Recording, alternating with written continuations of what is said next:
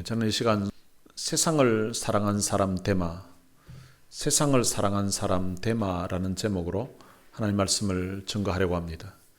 골로새서 마지막 부분에 나오는 바울 곁에 있었던 그 몇 사람의 생애를 계속 살펴보고 있는데, 그 몇 사람의 생애가 우리의 마음에 감동과 도전을 주고 있습니다. 오늘은 데마의 생애를 살펴보면서 함께 교훈을 받기를 원합니다. 오늘 우리가 살펴볼 이 데마라는 사람은 성경에 전체 합쳐서 이름이 3번밖에 나오지 않습니다. 그래서 이 데마가 어떤 사람인지 신앙생활하는 사람들에게도 잘 알려지지 않은 그런 사람입니다. 이 데마의 이름의 뜻이 무엇인가 하면 인기가 있다라는 뜻입니다. 데마는 그 출신이 데살로니가입니다. 데살로니가 출신으로서 그가 바울의 전도를 받아서 예수님을 믿게 되었을 것으로 학자들이 추정을 하고 있습니다. 바울은 그의 서신에서 데마의 이름을 3번 언급을 했습니다. 그런데 바울이 그의 이름을 언급할 때마다 그 느낌이 좀 다르게 표현이 되어 있습니다. 그 느낌이 어떻게 다른지를 살펴보면서 우리가 도전과 은혜를 받기를 원합니다. 첫 번째 바울이 데마의 이름을 언급했을 때가 빌레몬서에 나옵니다. 빌레몬서에서 바울은 이 데마라는 사람을 소개하면서 이렇게 말을 합니다. 빌레몬서 1장 24절에 보면 또한 나의 동력자 마가, 아리스다고, 데마, 누가가 문안하느니라. 바울은 그의 동력자 이름을 4사람을 기록을 했습니다. 아리스다고와 누가가 어떤 사람인지에 대해서는 제가 지난번에 말씀을 드렸습니다. 이 아리스다고와 누가, 이 2사람을 언급하고 또 그리고 마가를 언급하는데요. 이 아리스다고는 평생을 바울 곁에서 바울의 위로자가 되어 주었던 사람이에요. 그리고 누가 같은 경우에는 평생을 바울 곁에서 바울을 빛나게 만들었던 사람이었습니다. 이 아리스다고와 이 누가와 함께 바울은 데마를 언급하면서 그는 나의 동력자라고 이렇게 불렀습니다. 바울은 이 동력자라는 말을 아무에게나 붙이지 않았습니다. 바울이 나의 동력자라고 하는 의미는 주님의 일을 함께하는 사람이라는 의미입니다. 그런데 바울이 일을 할 때, 바울이 사역할 때 그 사역하는 현장은 늘 위험했습니다. 그래서 바울과 함께 동력을, 함께 일을 하려고 하면 희생을 각오해야 됩니다. 헌신을 각오해야 됩니다. 더 나아가서 죽음을 각오해야만 바울과 함께 일을 할 수가 있었습니다. 바울의 동력자라는 말은 이런 희생과 헌신을 각오하고 생명까지 바칠 것을 결단하고 주님의 일을 하는 사람이 바로 바울이 말하는 나의 동력자라는 의미입니다. 그래서 바울은 동력자라는 말을 할 때에 이 의미 자체가 죽어도 같이 죽고 살아도 같이 산다는 그런 의미가 같이 포함되어서 이런 표현을 사용했습니다. 어떻게 보면 이 동력자라는 말은 피를 나눈 형제보다 더 가까운, 더 친밀한 그런 관계라고 할 수 있습니다. 바울이 빌레몬서를 기록할 때에 이 데마의 모습은 이런 희생과 헌신을 각오하고 목숨 걸고 주님을 위해서 함께 바울과 일하는 그런 동력자였다는 것입니다. 빌레몬서에 등장한 데마의 모습은 바울이 보기에 장래가 기대되는 그런 훌륭한 그런 사역자였을 것 같습니다.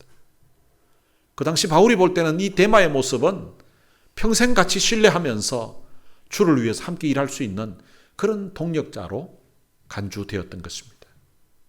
그런데 두 번째로 바울이 이 데마의 이름을 언급했을 때는 그와는 표현이 좀 달라집니다. 두 번째 데마의 이름이 기록한 곳이 바로 오늘 우리가 함께 읽었던 골로새서 4장 14절 말씀입니다. 사랑을 받는 의사 누가와 또 데마가 너희에게 문안하느니라. 바울은 앞부분에 누가에 대해서는 앞에 수식어를 붙여 놓았습니다. 사랑을 받는 의사. 그런데 데마에게는 아무 말도 붙이지 않았습니다. 아마 사도 바울의 마음에 이 데마에 대해서는 거기에 특별히 붙일 만한 적당한 말이 없었던 것 같아요. 데마에 대해서는 아무런 매력을 느끼지 못하고 있어서 앞에 아무런 수식어도 붙이지 않았던 것 같습니다. 골로새서를 기록할 당시 데마의 모습은 바울이 생각하기에 데마에게는 더 이상 기대를 걸 수 없는, 아무런 기대감이 없는 그런 상태로 바뀐 것 같습니다. 이 빌레몬서를 기록할 때 데마와 누가의 모습과 그리고 골로새서를 기록할 때의 이 데마와 누가의 모습을 비교해 보면 두 가지 큰 차이점이 있습니다. 첫 번째 차이점은 빌레몬서에서는 데마를 나의 동력자라고 불렀습니다. 그런데 골로새서에서는 앞에 나의 동력자라는 이름은 빠지고, 나의 동력자라는 수식어는 빠지고 그냥 이름만 기록되었다는 것입니다. 빌레몬서에서는 나의 동력자 마가, 아리스다고, 데마, 누가라고 이렇게 기록했는데 바울이 네 사람 다 나의 동력자라는 그런 의미입니다. 그런데 골로새서에서는 나의 동력자라고 부르지 않고 있다는 사실입니다. 골로새서에서 누가에 대해서는 사랑을 받는 의사라고, 앞에 사랑을 받는 의사라는 특별한 수식어를 붙여주었습니다. 그런데 데마에 대해서는 아무런 수식어도 붙이지 않았습니다. 이것은 바울이 실수로 빠뜨린 것이라고 볼 수는 없습니다. 골로새서와 빌레몬서 이 두 서신이 둘 다 골로새 교회에 보낸 편지예요.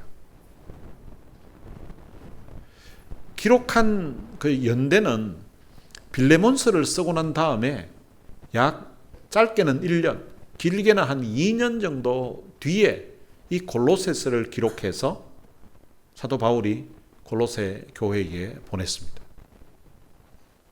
그렇게 본다면 빌레몬서를 쓸 당시에 누가와 데마는 바울이 둘 다 나의 동력자라고 표현할 만큼 두 사람의 어떤 신앙적인 상황, 또한 주님을 사랑하는 마음, 성도들을 위해서 헌신하는 그런 마음이 둘 다 비슷했다고 볼 수 있습니다. 바울에게는 두 사람 다 나의 동력자라고 부를 수 있을 정도였습니다. 누가의 경우에는 빌레몬서를 쓸 당시에는 그냥 나의 동력자라고 이렇게 불렀는데 골로새서를 쓸 당시에는 사랑을 받는 의사 누가라는 말을 새롭게 표현했습니다. 바울은 누가가 사랑을 받고 있다고 골로새 교회 성도들에게 특별하게 더 언급을 하면서 소개를 했습니다. 그런데 데마에게는 아무런 수식어도 붙이지 않았습니다. 두 번째 차이점은 빌레몬서에서는 데마의 이름이 누가보다 먼저 나와 있습니다. 그런데 골로새서에서는 데마의 이름이 누가보다 뒤에 나와 있습니다. 빌레몬서 1장 24절에 보면 또한 나의 동력자 마가 아리스다고 데마 누가가 문안하느니라. 이렇게 데마의 이름을 먼저 기록해 놓았습니다. 그런데 골로새서 오늘 본문에서는 사랑을 받는 의사 누가와 또 데마가 너희에게 문안하느니라. 이 두 사람의 이름 순서가 바뀌어 있다는 것입니다. 이름 순서 바뀐 것 가지고 그걸 가지고 가시냐고 이렇게 혹 생각하시는 분도 있을 수 있는데요. 성경에서는 이름을 기록할 때에 이 순서를 아주 중요하게 다루고 있다는 사실입니다. 핵심적인 인물을 앞에 쓰게 됩니다. 그 사람의 어떤 영향력이나 그 사람의 어떤 역할들을 그 분량에 따라서 순서가 매겨지게 됩니다. 성경에 그 사람의 이름을 기록할 때에는 그 사람의 영향력, 그 사람이 하나님 앞에 받았던 그 사명, 책임의 정도에 따라서 이름의 순서가 정해진다는 사실입니다. 예를 들면 예수님의 12제자들의 이름이 기록된 것을 보아도 그것은 분명합니다.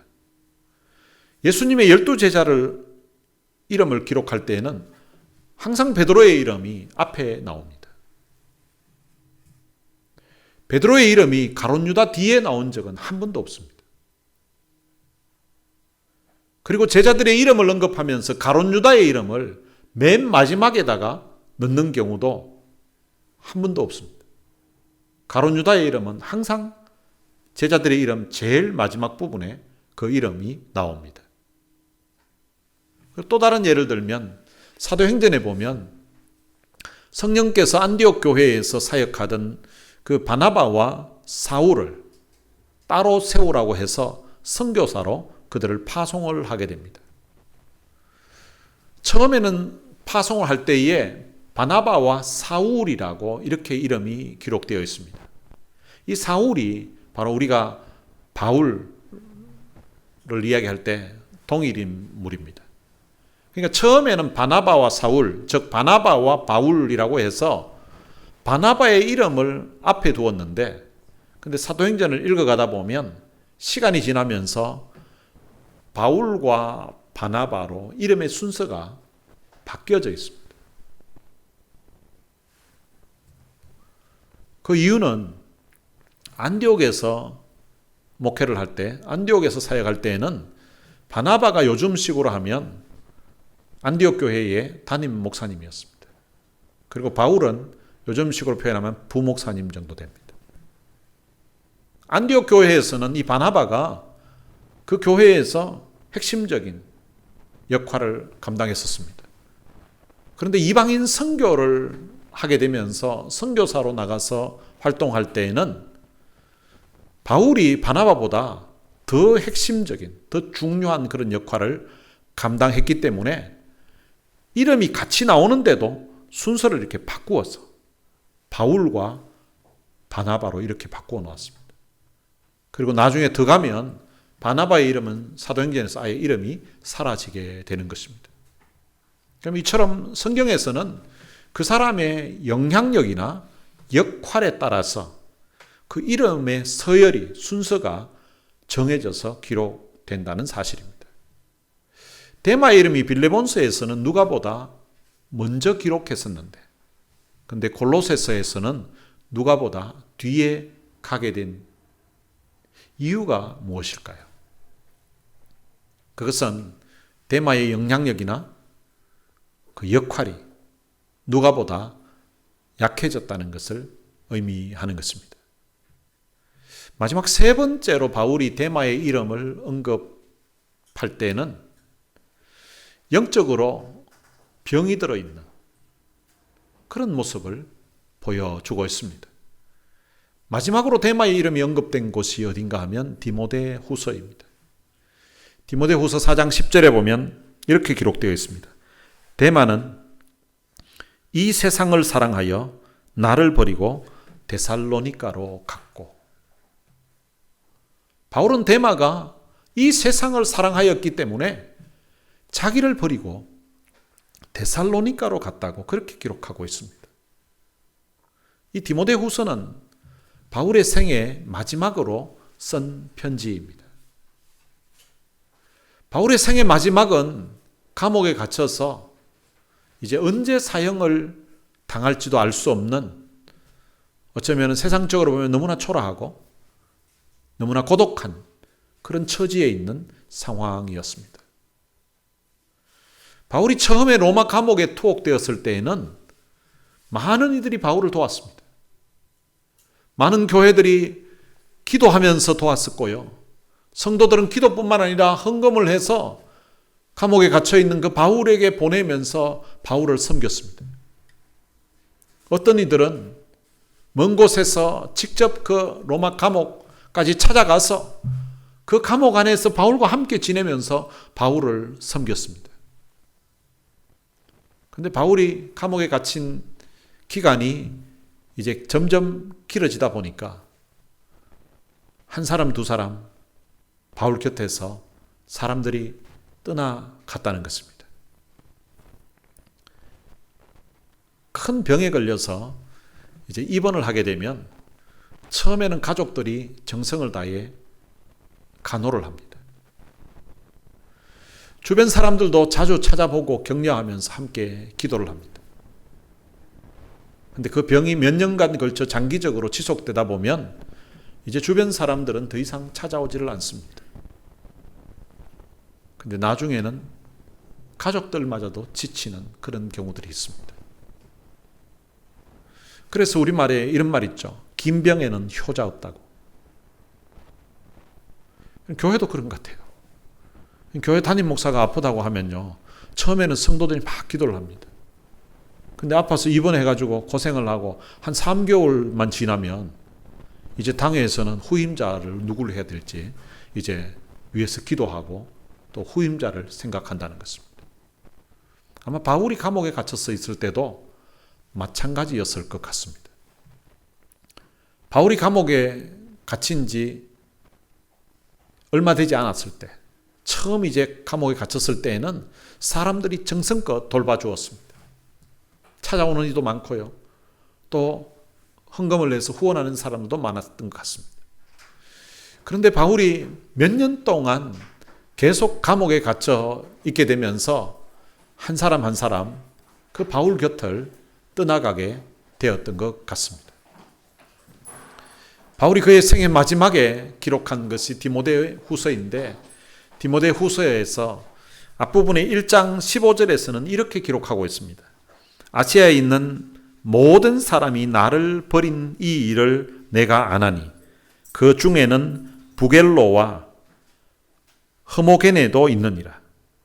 그리고 4장 16절에 보면 내가 처음 변명할 때에 나와 함께 한 자가 하나도 없고 다 나를 버렸으나 그들에게 허물을 돌리지 않기를 원하노라.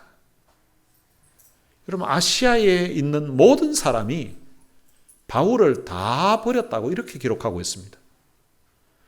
많은 사람들이 바울을 버리고 떠나갔다는 것입니다.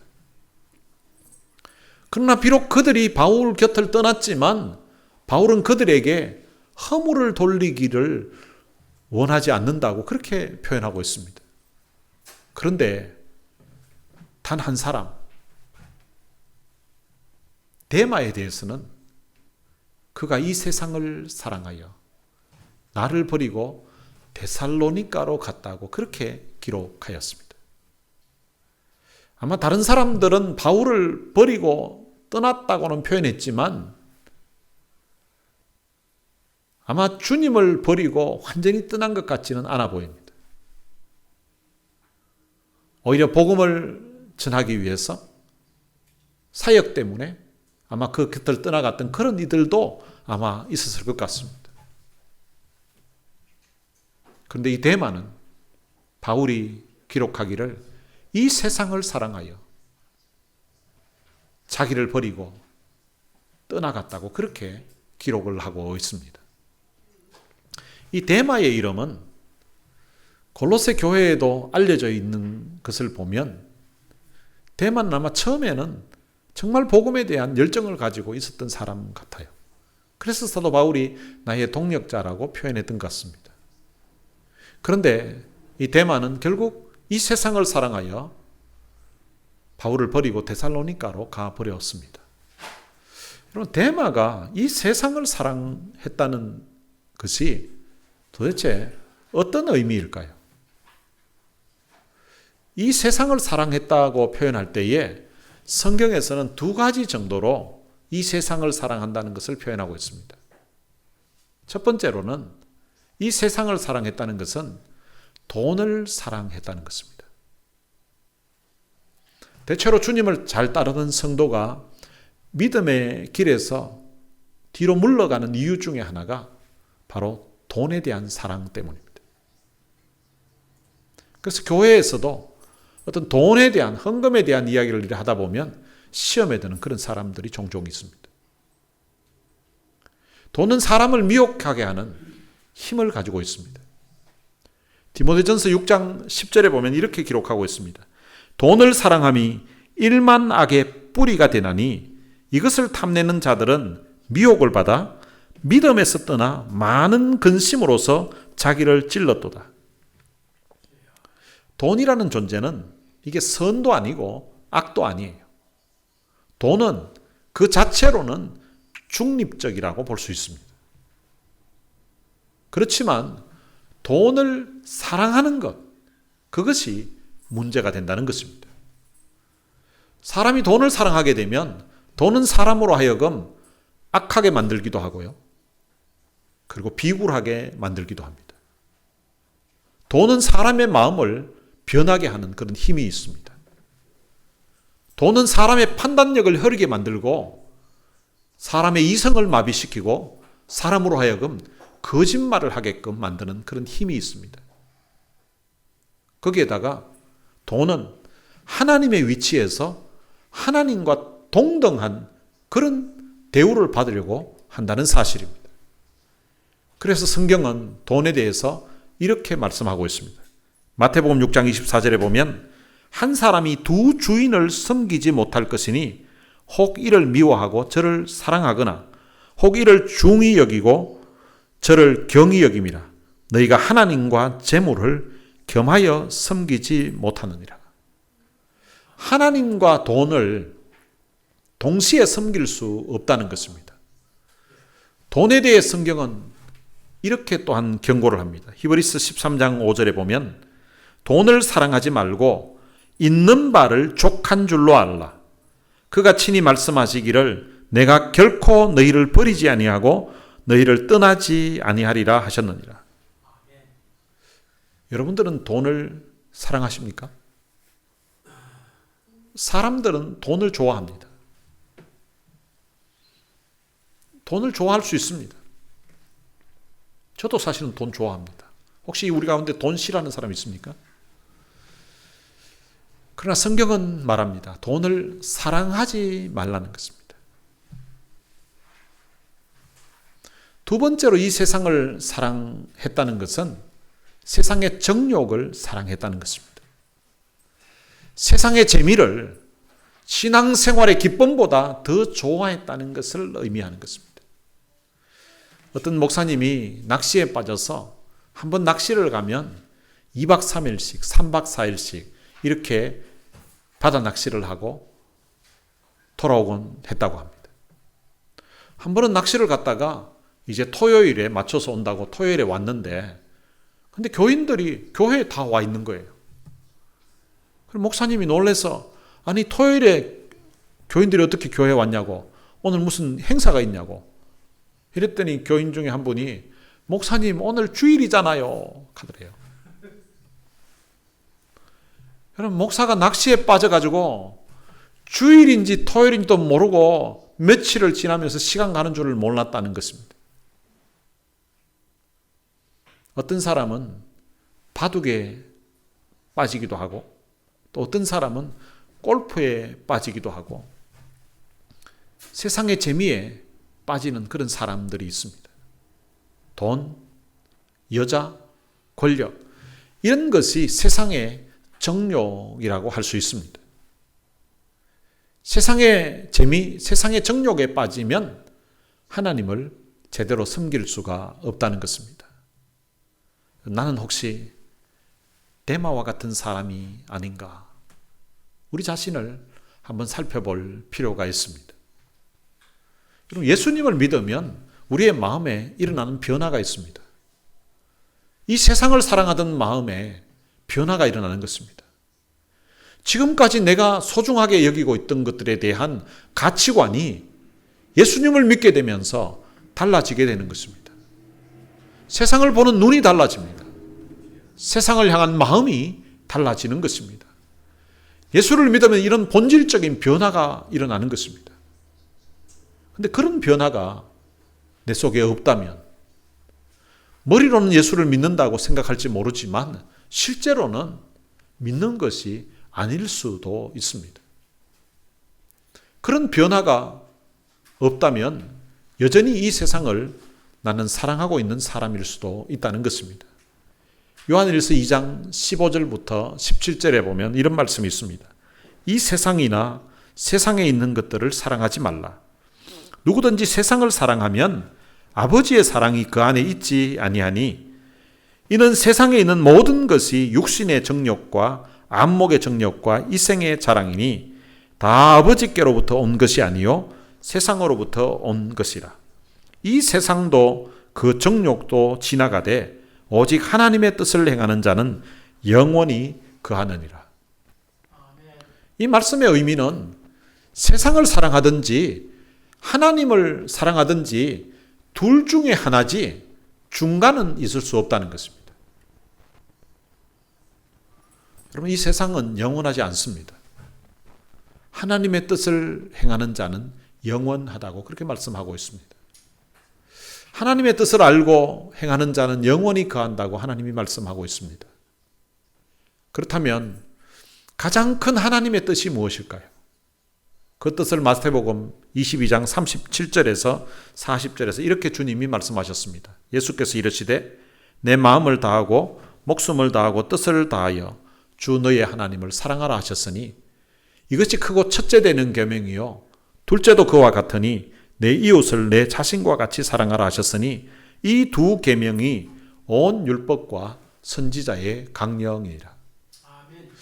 하나님을 진심으로 사랑하고 이웃을 진심으로 사랑하는 그것이 바로 하나님의 뜻이라는 것입니다. 우리가 하나님을 사랑할 때에 전심으로 사랑해야 됩니다.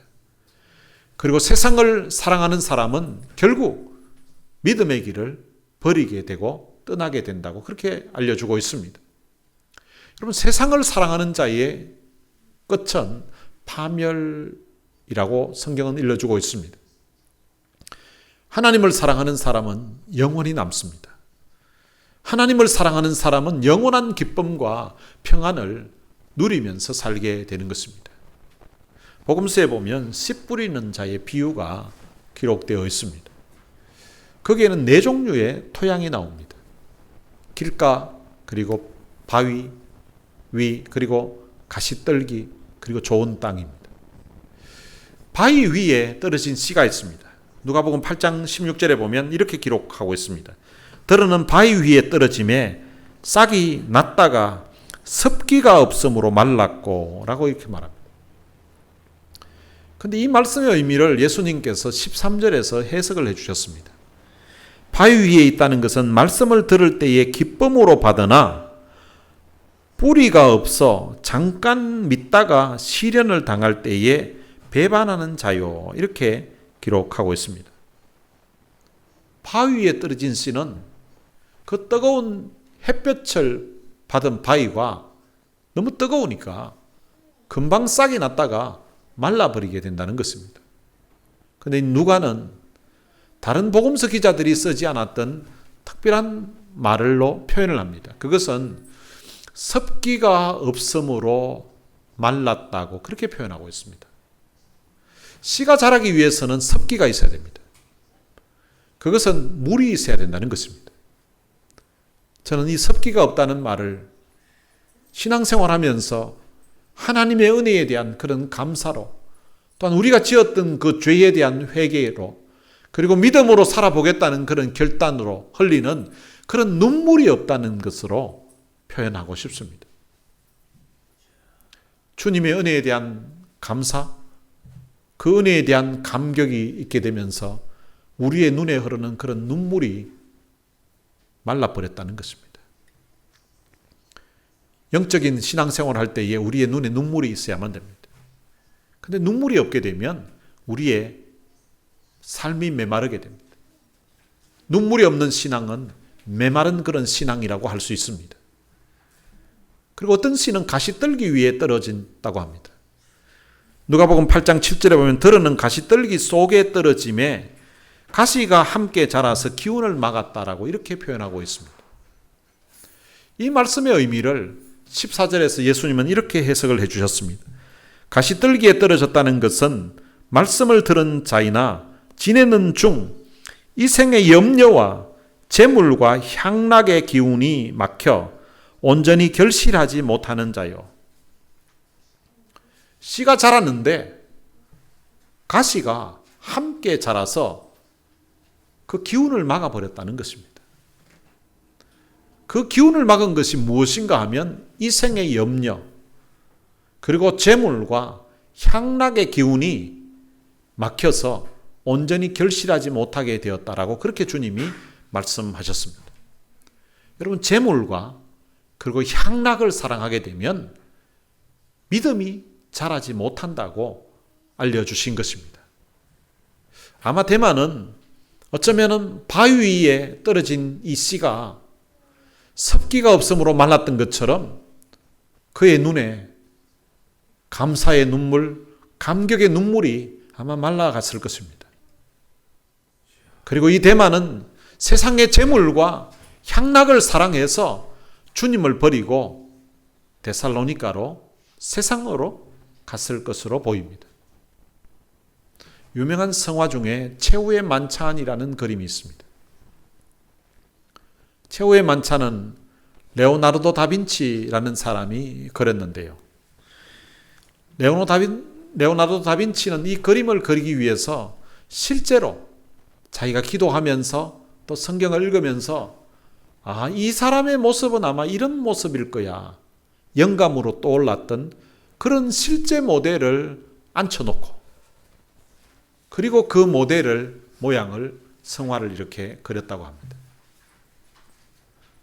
오랜 기도와 음선 끝에 1942년도에 예수님의 모델로 적합한 사람을 먼저 찾았습니다.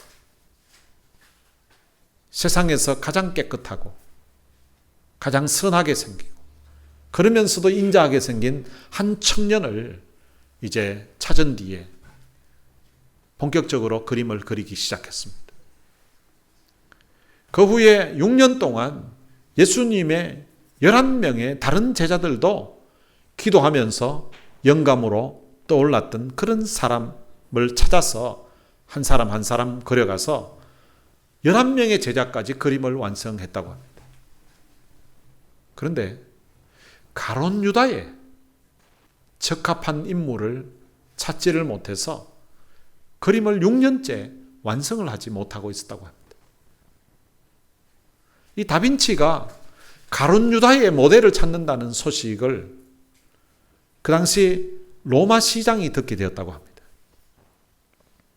그래서 이 로마 시장이 로마 지하 감옥 쪽에 사형 집행을 기다리고 있는 수백 명의 그 사형수들이 있는데, 세상에 가장 마귀를 닮았고 가장 악독하고 비열한 그런 사람이라고 하면 아마 그 사형수들 중에서 찾으면 될 것 같다고. 그래서 로마 지하 감옥에 와서 그 사형수들 중에서 가룟 유다에 적합한 모델을 한번 찾아보라고 제안을 한 거예요. 그래서 다빈치가 그 로마 지하 감옥에 사형수들이 있는 곳에 가서 그 사형수들을 보면서 그 중에 한 사람을, 이 사람이 가룟 유다의 모습과 자기가 기도하면서 또 성경 읽으면서 생각했던, 영감으로 떠올랐던 가룟 유다의 모습과 너무 닮았다고 생각하는 사람을 선택해서 그 사람을 모델로 앉혀놓고 가룟 유다의 그 그림을 완성을 해서 최후의 만찬 그림을 완성하게 되었다고 합니다. 근데 놀라운 사실이 하나 있습니다. 그것은 6년 전에 그렸던 그 예수의 모델과 그리고 6년 뒤에 그렸던 가룟 유다의 모델이 동일 인물이라는 사실입니다. 6년 전에는 그렇게 인자하고 그렇게 진실해 보이고 선하게 보였던 너무나 깨끗한 그 젊은 청년, 예수님을 닮았다고 했던 그 청년이 6년의 세월이 지난 뒤에는 세상에서 가장 비열하고 가장 마귀를 닮은 그런 인물로 바뀌었다는 것입니다. 그럼 세월이 지나간다고 다 신앙이 성장하고 자라는 것은 아닙니다. 신앙생활을 오래 했다고, 내가 예수를 믿은 지 오래되었다고 다 예수님을 닮아가는 것은 아니라는 것입니다. 여러분들은 예수를 믿은 지, 신앙생활한 지 얼마나 오래되셨습니까? 여러분들은 어떻게 변화되어 가고 있습니까?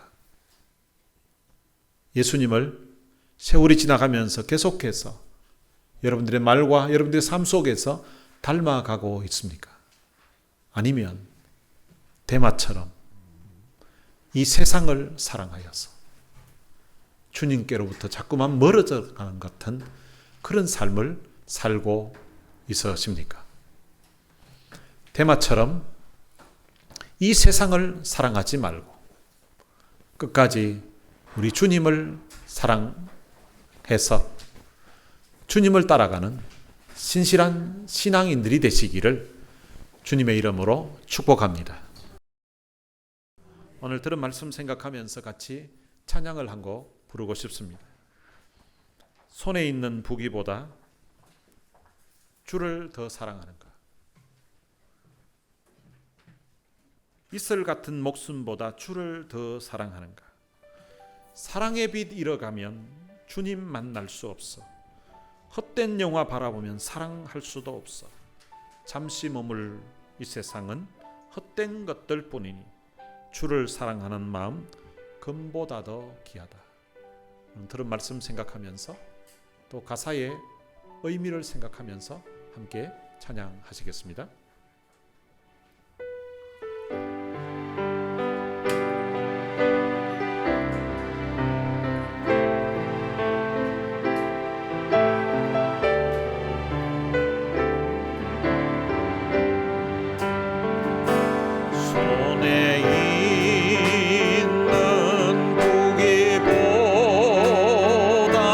주를 더 사랑하는가?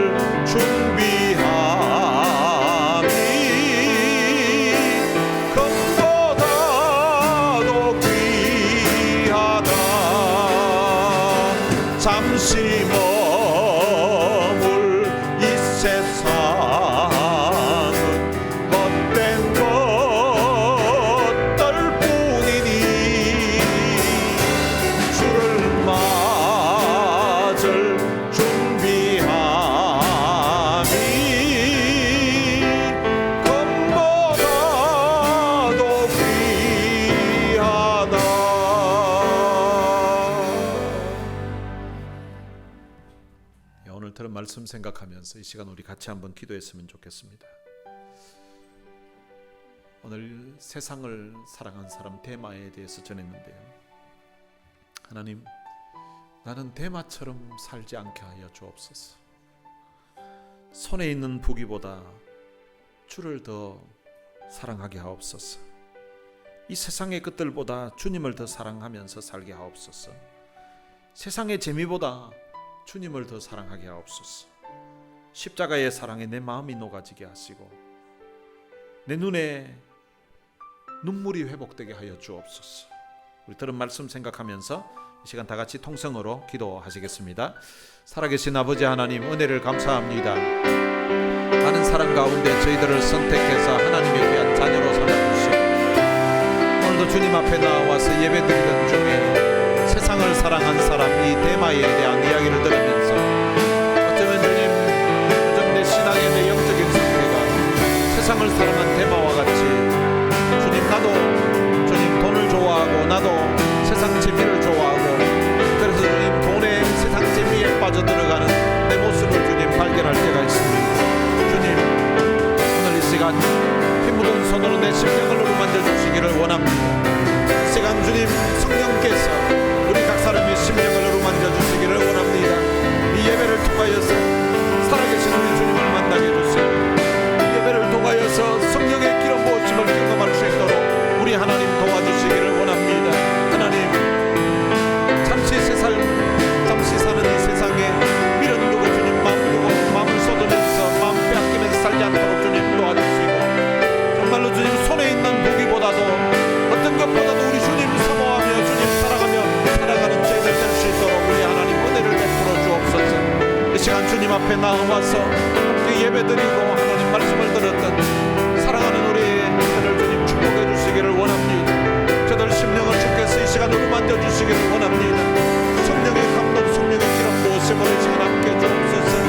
하나님, 내 맨정신으로 느낄 수 없는 성령이 감동하셔야만 느낄 수 있는 그 은혜를 저들 심령에 이 시간 부어주시기를 원합니다. 자비하신 아버지 하나님, 오늘 이 시간 우리의 마음이 세상을 사랑하는 마음에서 주님 사랑하는 마음으로 주님 바뀌게 해주시고 하나님, 세상을 살면서 주님 너무나 메말라있는 내 영적인 주님 상태를 주께서 긍휼히 여겨주시기를 원합니다.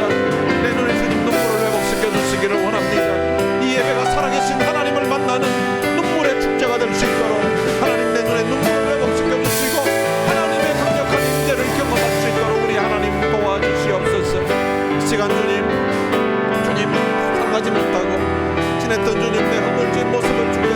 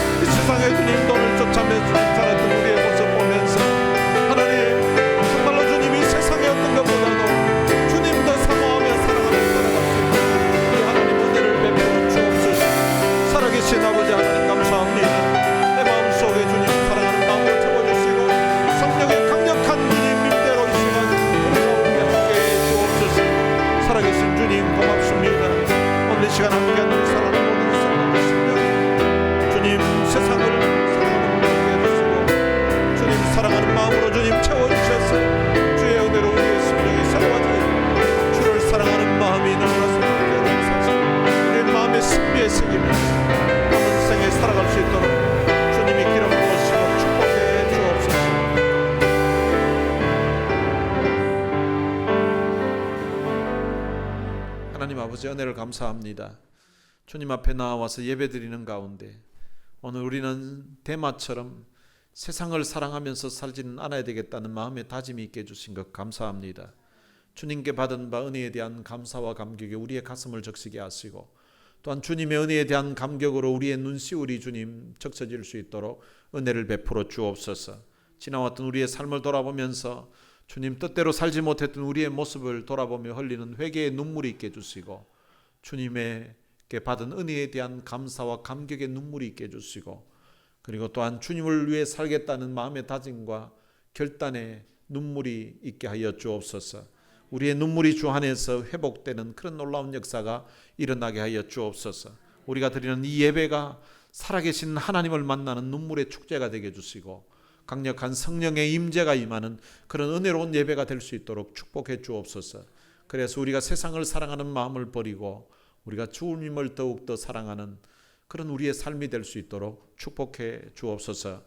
우리 주 예수 그리스도의 은혜와 하나님의 무한하신 사랑과 성령님의 위로교통 충만하심이 세상을 사랑하는 마음을 버리고 주님 더욱 뜨겁게 사랑하며 남은 생애를 살 것을 마음에 다짐하는 하나님의 귀한 자녀들 머리머리 위에 이제로부터 영원토록 함께 있을지어다.